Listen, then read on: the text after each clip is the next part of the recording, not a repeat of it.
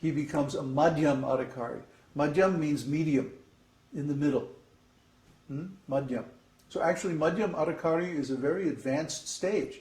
A madhyam adhikari is a pure devotee. It means he's following all the principles, he's avoiding all the offenses, he's chanting a good number of rounds, and he's offering all his food, he's performing a lot of service for the spiritual master, like that. He's well situated, solidly situated in spiritual life.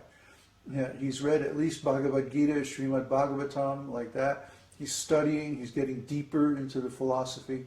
That's a Madhyamadhikari. An Uttamadhikari is someone who has complete knowledge of the scriptures, understands not only that from a knowledge point of view, but from a dynamic point of view, how the scriptures work. That means he has to be an expert in ontology, among other things. Semantics, all of this stuff. To understand how the scriptures work to change our consciousness. And he has to have gone through that change and attained spiritual consciousness himself, self-realization.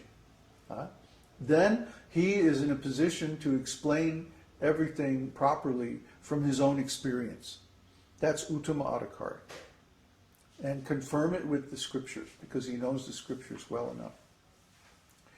So, okay, to teach, you don't have to be Uttama Adhikari to teach, but you have to be under the direction of an Uttama Adhikari and teach in an authorized way. No one can teach without being authorized. That's the meaning of adhikari. Adhikari means authorized. So someone who is Kanishta Adhikari, their authorization is only to practice. Because if they try to preach, they're going to mess everything up. They'll get it wrong. Somebody will ask a question and they won't be able to answer it properly because they don't know the scriptures, or they don't have the experience to answer it properly. So their preaching will not be very effective.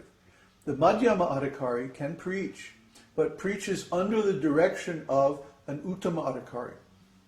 That's why we set up the courses like we did. Basically, devotees are not encouraged to preach until they finish the Bhakti Vaibhava course and get the second initiation. Second initiation means you're a Brahmana and you have all this knowledge.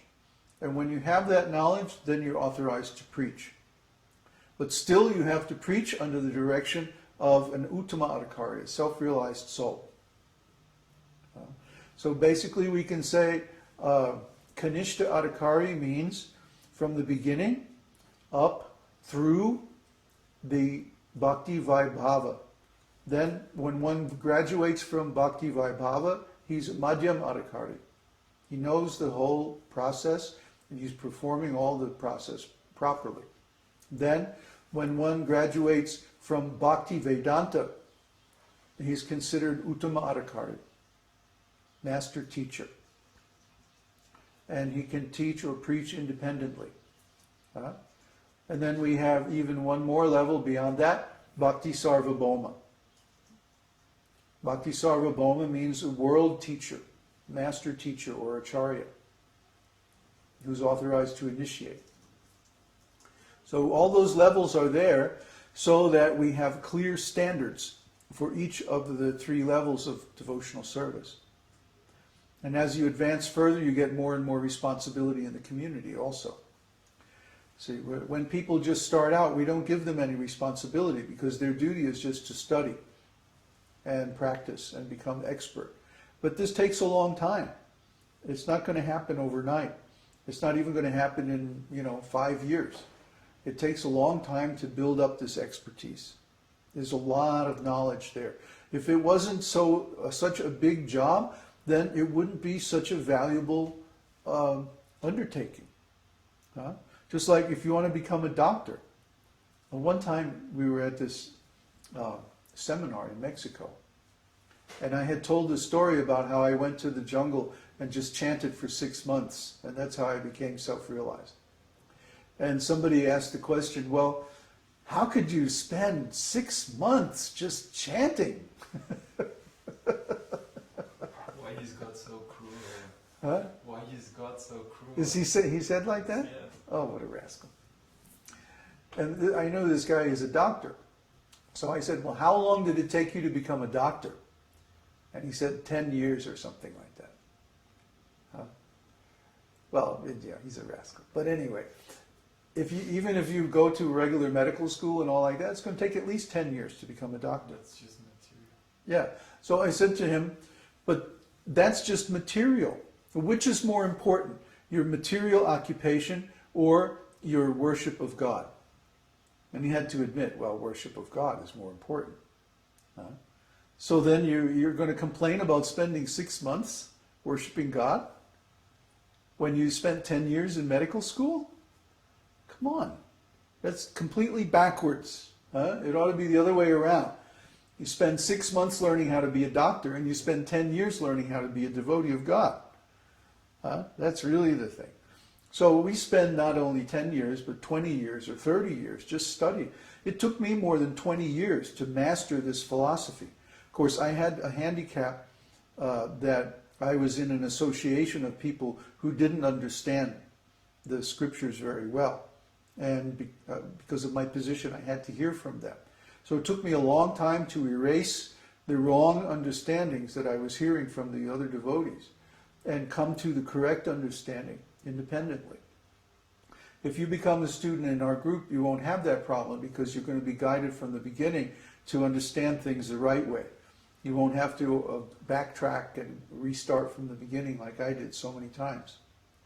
But still, it's going to take someone probably 10 years to go through all of our courses, even if they work very hard. So enjoy the journey. What's next? Question, comment from Mike. This has put a lot into perspective for me. Thanks a lot. I am feeling happy just thinking about it. Good. Jennifer, will the transcendental mantras be posted on the forum? I would love to print this out. Which transcendental mantras? I think she's referring to the bhavas. Oh, this. I can post it when I post the video later today. I'll post the material that I read along with the video. That's it. That's it? That's it. Done. That's it. So that was a good discussion. That's one of the better discussions that we've had in a Sunday Satsang in some time. So I'm really glad to hear that everyone's paying attention and relishing this knowledge. It's very important to know that the feelings that we have when we perform devotional service are spiritual or transcendental. They're not just ordinary mundane emotions. Okay. If they were, they wouldn't be worth offering to Krishna in devotional service. When we love Krishna, it's a fundamentally different quality of emotion than when we have some material relationship. A material relationship can never give us the full satisfaction that we're craving, because no one in this material world can know us as deeply as Krishna knows us. Krishna knows every living entity. He says in Bhagavad Gita, he says, I know everyone. And he knows us completely, through and through, as deep as it's possible to know anyway. After all, he creates us, maintains us, and he operates our mind and our senses and our memory and our intelligence and everything. So he knows us better than we know ourselves, actually. Krishna is the only friend, and he's the only source of transcendental satisfaction of the soul. So therefore, the real life means to approach Krishna in love and offer devotional service. And if we offer even a little bit of service, then Krishna will reciprocate with us. And we'll feel so much satisfaction because Krishna knows exactly what kind of love we enjoy, and he reciprocates perfectly according to that knowledge. So that means if we cultivate these bhavas, and we perform devotional service in a mood of love, then we'll get the satisfaction that we're all craving within our hearts. So, what do we got here? About C or B? B. B.